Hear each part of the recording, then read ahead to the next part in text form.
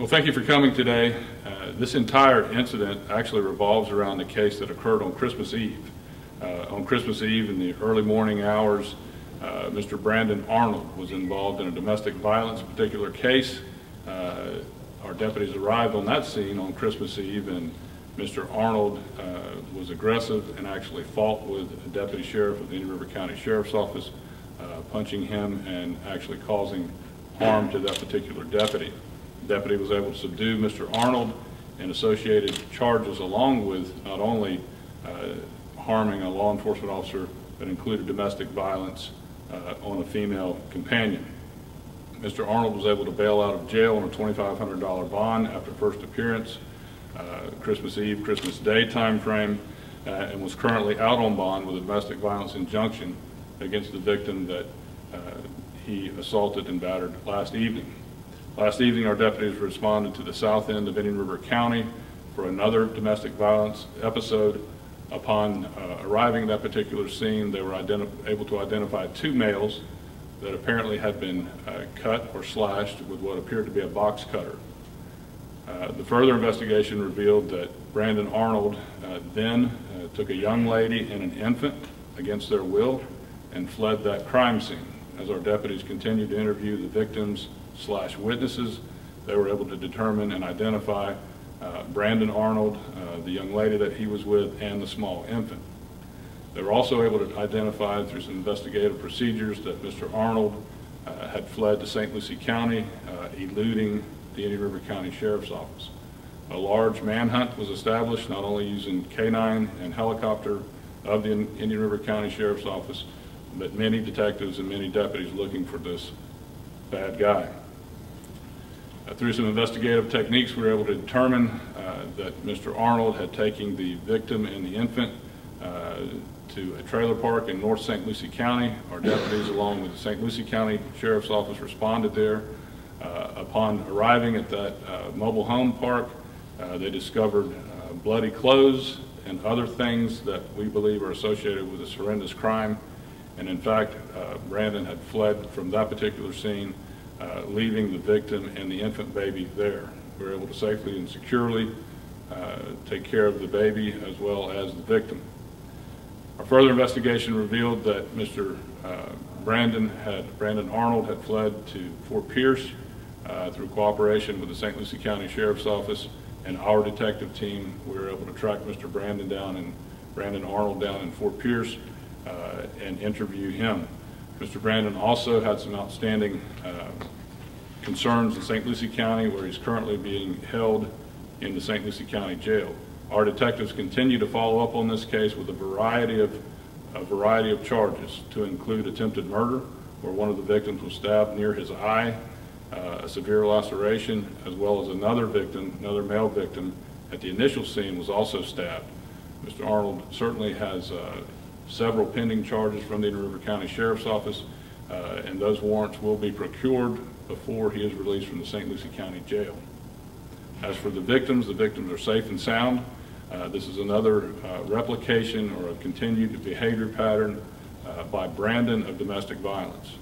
In Indian River County, we've taken a strong stance against domestic violence. In fact, in March of 2014, we hired our first and only domestic violence victims advocate that solely focuses on domestic violence cases. In fact, last year, our domestic violence victim advocate has handled over 200 cases involving domestic violence. Her job is to reach out to the victims, and I say victims because primarily over 90% are females, and make sure they have the resources and the relocation services that they need in that time of their lives. Coupled with us also today is Darcy. Coupled with us also today is Darcy Floral from Safe Space, who is a partner of the Indian River County Sheriff's Office. Darcy's role and responsibility throughout the Treasure Coast as well as Indian River County is to help these victims after or in the aftermath. Together with Victoria and Darcy, we feel comfortable that we are supplying domestic violence victims with the resources that they need. This is a tragedy, not only in Indian River County, the state of Florida, but in the United States of America. So we continue to pledge to thwart any type of domestic violence. Awareness is the key in this. Mr. Arnold's actions are a fine example of how things happen, unfortunately, in the Treasure Coast as well as the state of Florida. So with that, we'll answer any of your questions. We have Darcy here and Victoria to answer any of your questions with respect to exactly how they handle particular cases like this, whether it be housing, employment, or transportation, whatever these victims need to get back on their feet. And that's our pledge, to make sure that they are safe and sound. Are these men that Mr. Arnold knew? Are they random people? What's the relationship? Well, we're not certain on the relationship. We do know that Mr. Arnold went to that home to see the female, and these two men were there. A fight ensued. We have recovered a carpenter's knife, or a box cutter, if you will, which we believe, and the evidence of the bloody clothes and the like, very indicative of Mr. Arnold being our primary suspect. He will have many and multiple charges awaiting him when he comes out of the St. Lucie County Jail, and we look forward to prosecuting him and putting Mr. Arnold away for a long time. Did he say why he attacked those men? Well, obviously, on Christmas Eve, that first call for service was related to a domestic violence case. For whatever reason, after he bonded out, things kind of cooled down, and then on the 21st of January, he ensued this particular victim along with the infant. The charges will range from attempted murder to, in concert with the prosecutor's office, perhaps kidnapping, and we will look into that a little deeper. But we do know that the female and the infant were taken against their will, and Mr. Brandon Arnold is a bad man and deserves to be in jail. What was the original? Is this a former girlfriend or? Not certain on the relationship of the victim and Mr. Arnold. The initial call for service on Christmas Eve was domestic violence related. He did have an injunction against him towards that particular victim as well. Same victim in both cases? We do believe it's the same victim in both cases. And so do you think those two men were maybe trying to defend the woman and it got in the way? What do you think? We can only speculate on exactly why there was a fight, but we know that Brandon Arnold clearly was the primary aggressor in this case. One of the young men had a severe laceration to his eyes. I believe he was sent to the trauma center. The other had a significant cut as well. And they don't live together, do they?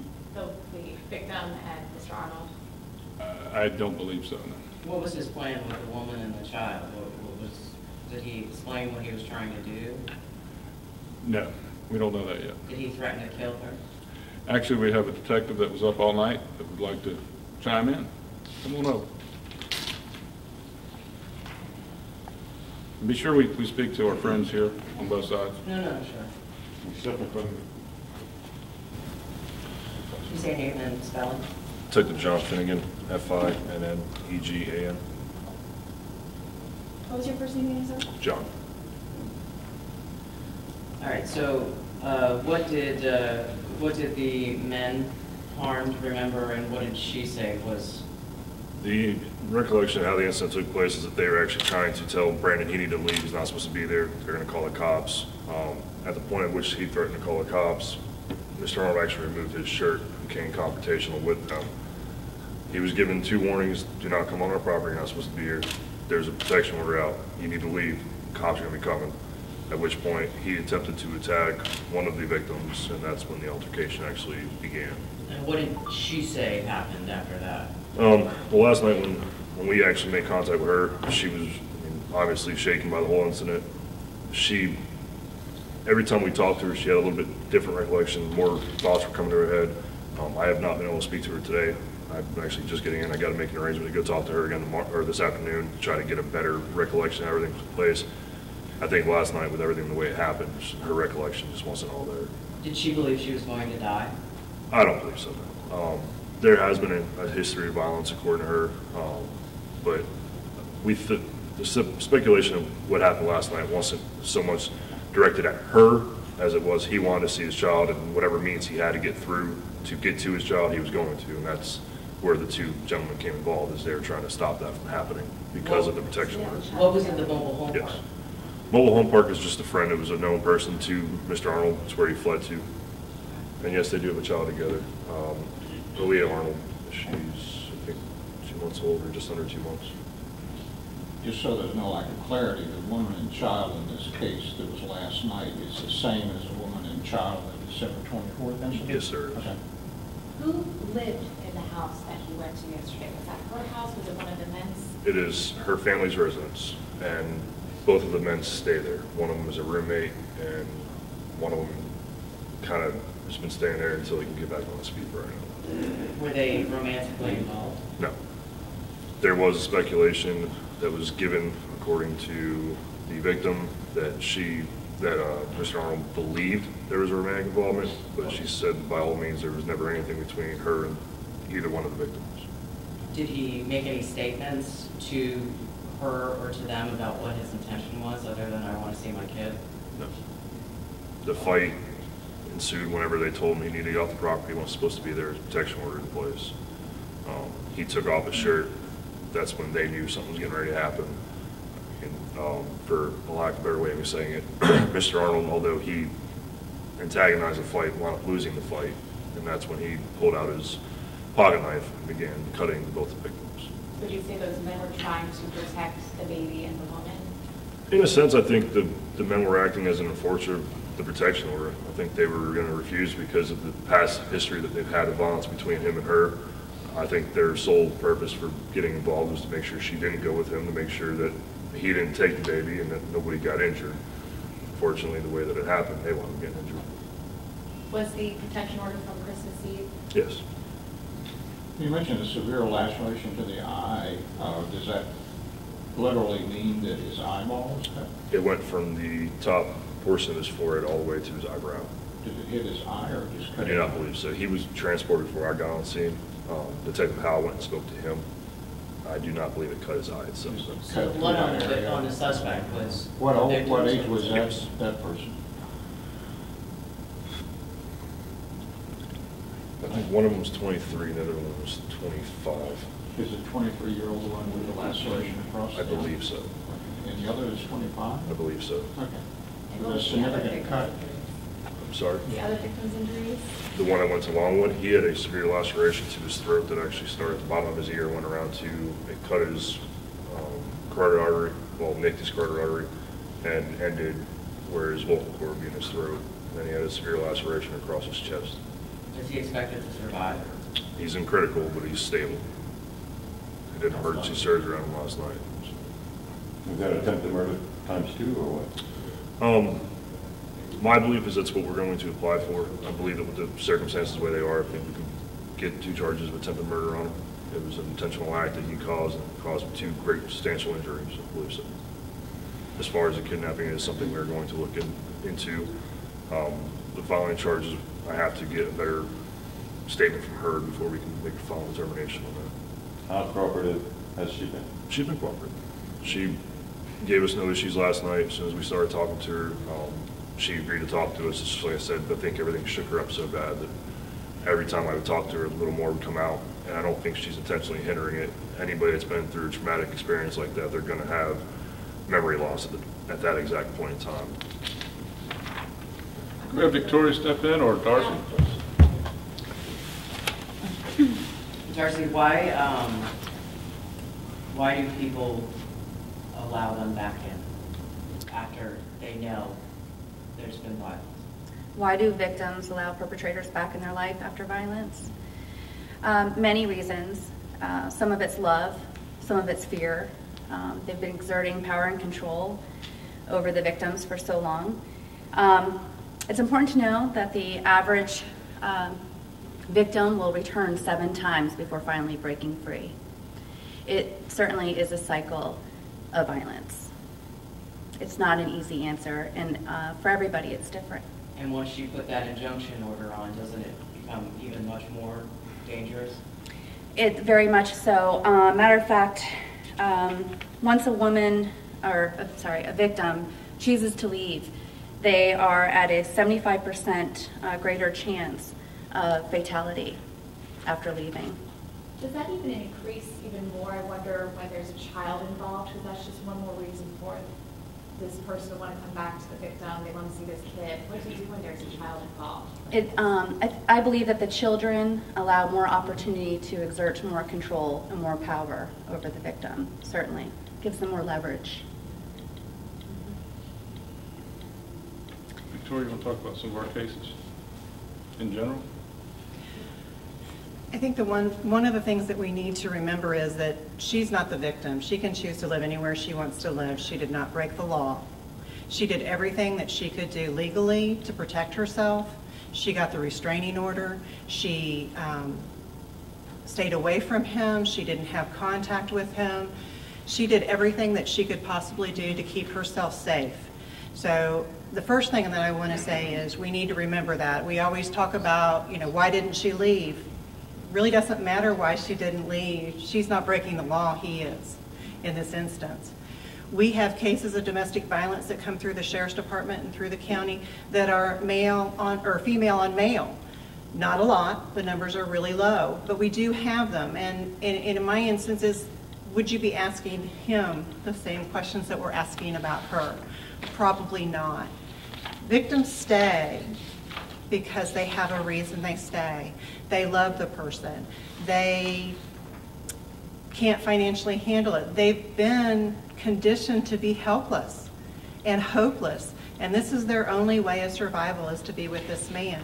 And if you think about the statistics that once I leave, I have a higher chance of dying because 75% of the deaths happen to women after they leave. I may know better what's going on in that situation, and I may be able to keep myself safer in the situation than out of it. The other issue becomes, in my position is, and I think that, I know Darcy knows, but I think the general public doesn't understand how much time we work with the victims when they have decided to leave, when they've decided to have a restraining order, when they've decided to go to safe space, when they've decided to leave the area, how much time that actually takes to be with them. And we're fortunate in this county that we have not only safe space, but we also have an advocate at the Sheriff's Department to also address that and be with that victim. If you think I average 53 cases a month I average that I make contact with the victims. If every single one of them wanted to leave, we would not have the manpower if we took all of our victims advocates and changed them over. So it's just something to keep in mind. This is a systemic issue. It is a community issue. And to be quite honest, we need more men to step up and say that we aren't going to accept this. Not just the women, but other men as well. Because those men who have respectful relationships with women should be stepping up and saying, just as these two gentlemen did, no, there's a restraining order. You can't come on the property. And it very easily, they could have just stepped away, let her be taken, and this could have ended so much differently. So it's just something to keep in mind. Maybe I can share a few statistics. If I could just share a few statistics with you, that 1 in 3 women will be, have been, or are victims of domestic violence at some point in their lives, and that 4 women die every day at the hands of someone they love. Also, if I could just give you some warning signs that you should be aware of, that if you see somebody experiencing a man or again, a perpetrator experiencing intense, unrealistic jealousy, social isolation, family isolation, financial isolation, threats, intimidation, any type of stalking, unexplained injuries, please encourage the victim to get help. Safe Space is here 24 hours a day, 7 days a week to offer help. Why would she have, what from your expert opinion, why would he take her and hold her hostage with a child? Control, absolutely, control, because that's what domestic violence is exerting power and control in an intimate partner relationship. So it's about control. Do you think he was planning to hurt them? I cannot be a mind reader. I can tell you that statistically that it is not unusual for victims to lose their lives, and from what I heard today, there is a history of violence. So I think it's very likely that with more time and without the proper response of law enforcement, that injuries could have definitely ensued. So we got lucky. Very much so, I believe. When you hear that this guy had a background of violence with this woman, does that make you think maybe he should have had I know this is a court issue, not a jail issue so much, but he should have had a higher bond. It should have been harder for him to get out of jail when there was that risk of reoffending. And we hear that these restraining orders aren't as effective as we'd always like them to be. Mm-hmm. I think I'll let law enforcement speak to the legal piece. My thought is that, you know, we have to look at what the legislature has put on the books, and pretty much the bonds are held with what the charges are. The bond schedule? Yeah, it isn't that it's arbitrary, and our judges in Indian River County are saying, let's just give them a really low bond and let them out. The reality is they're on the bond schedule, and there's pretty much a standard that they go by. If that was increased, it might not. Again, it's his behavior, and we can't predict. One person may just walk away and say, okay, I've been arrested, I'm done with this, and another may incite them. The fact that he was violent before fleeing with the woman and child is a good predictor. There could have definitely been, it could have gotten really ugly.